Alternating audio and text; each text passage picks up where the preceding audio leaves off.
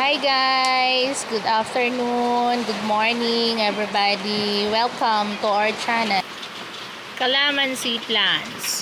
They are rich in vitamin C. And calamansi leaves is good for binat. We can plant this calamansi even pot, and we can harvest after a few months.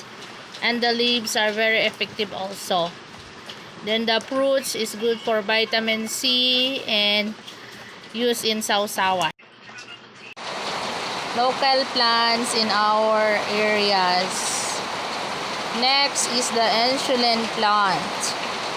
They are good in diabetes. So yung mga diabetic ay pwedeng magpaunang lunas sa pamamagitan ng dahon ng insulin plant na ito.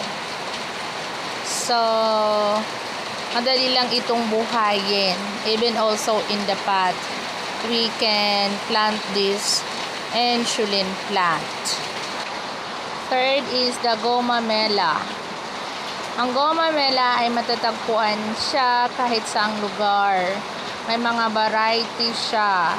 So, ang gomamela flower ay mabisang gamot sa mga bukol, especially sa mga kabataan. Ang dahon naman ay mabisang gamot doon sa mga naglalagas na buhok.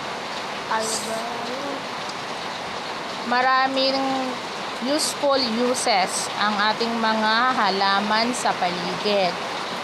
Itong tatlong halamang gamot na ito at halamang bulaklak ay pwede nating itanim sa mga pasulang. Ang mahalaga, alam natin ang uses nito at kanyang pakinabang, lalo na sa oras ng may karamdaman. At nagbibigay din siya ng bulaklak. Thank you for watching guys. Good day.